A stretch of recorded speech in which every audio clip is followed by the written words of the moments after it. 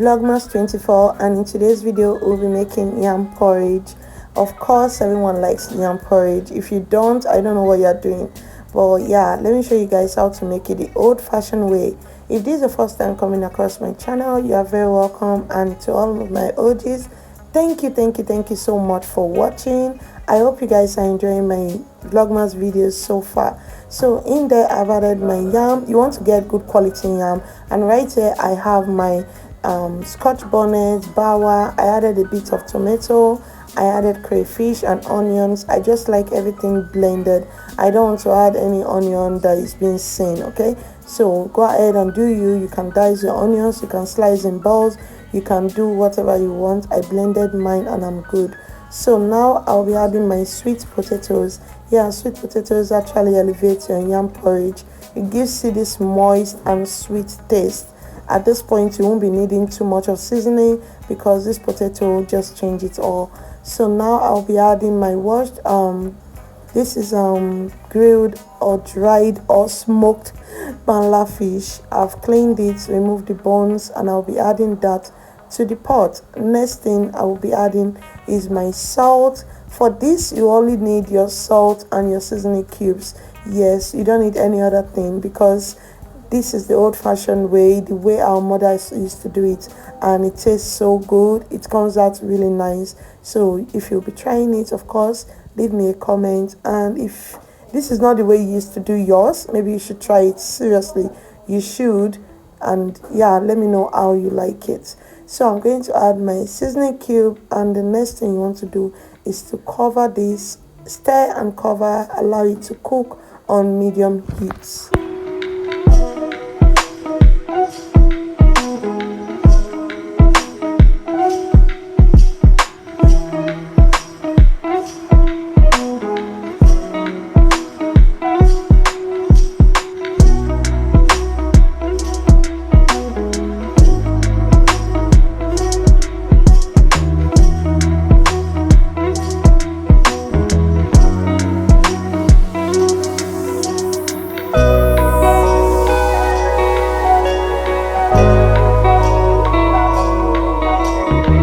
And once this is boiling, you want to stop by at interval to give it a stir using a wooden spatula.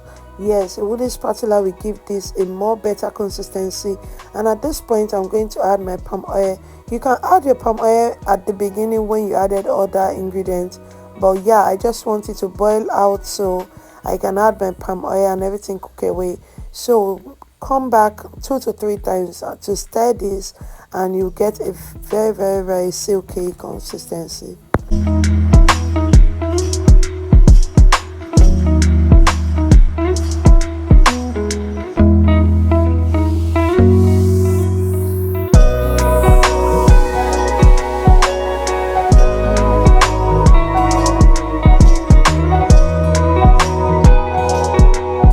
Once you notice your yam and potatoes are a bit soft, come around and stir this around, and while you're stirring, try to mash it a bit.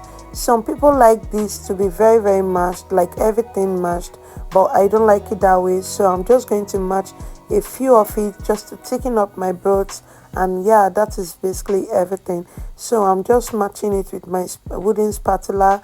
You can use a potato masher, whatever you want to use, but as I'm stirring, I'm just pressing it, mostly the potatoes. Okay, you know, potatoes, once they are cooked, they are very tender, so you want to go ahead and just match it a bit, and yeah, your liquid is going to be thicker at this time.